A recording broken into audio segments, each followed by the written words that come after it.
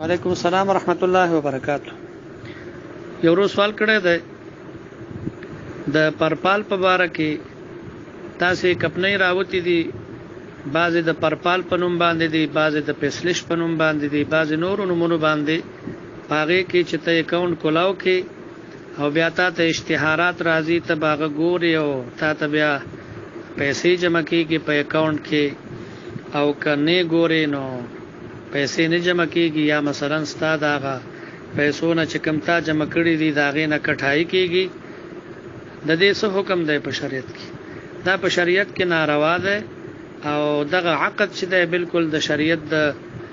قواعدو نه مخالف دی، او په دې کې ډېر نقصانات دي. د هغې نه بعضې نقصانات دا دي، یو خو دا چې په دې کې دا د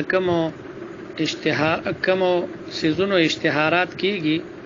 نو هغه اشتهارات به ته ګورې، نو په زرګونو خلک هغه ګوري، لیکن په هغې کې د دې خریدار نه وي. خو چې کم کس مثلا دغه اشتهارات شیر کوي او هغه د خپل کم سامان وي یا کومه مبیعه وي د هغه سره د هغې اشتهارات کوي، نو هغه په دې باندې خلکو ته دا شو کوي چې زما مثلا دغه سامان چې زه خرڅوم دا دومره خلکو کتلی دی، دومره خلکو خوښ کړی دی، نو په دې باندې دا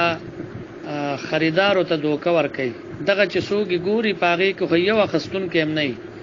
نورو خلکو ته دوکه ورکوي چې زما دا سامان مثلا دومره خلکو خوښ کړی دی، نو دا دوکه ده، او په دوکه باندې پیسې پیدا کول دا ناروا دي،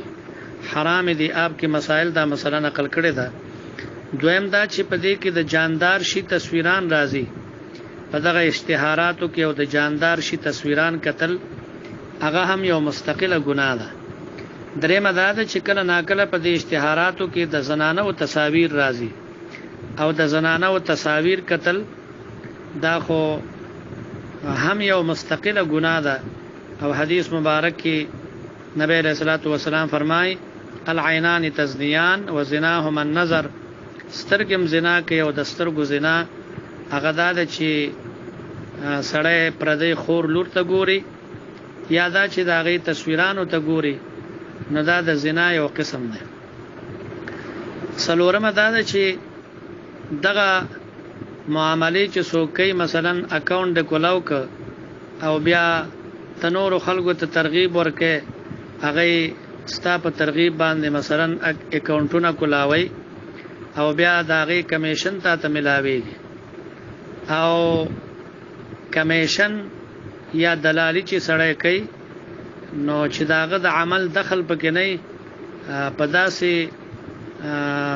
دغه باندې ترغیب باندې یعنی داسې کار چې په هغې کې د عمل دخل نه وي، په هغې باندې کمیشن اخیستل دا هم شرعا ناروا دي. د دې نه ماسوا نور مفاسد هم پکې شته،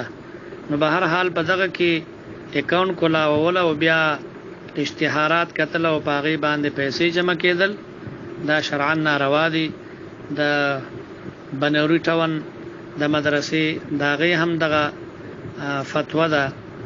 او د تقي عثماني صاحب هم دغه فتوه ده، او د دارالعلوم فیض القرآن او داسې نور مدارس امداد العلوم، د دې ټولو مدارسو فتوه دا ده چې دغه ناروا دي، او په دې باندې په دې کې اکاونټ کولاول او په هغې کې پیسې بیا دته جمع کېدل دا ټول ناروا دي. دغه نه ځان ساتل پکار.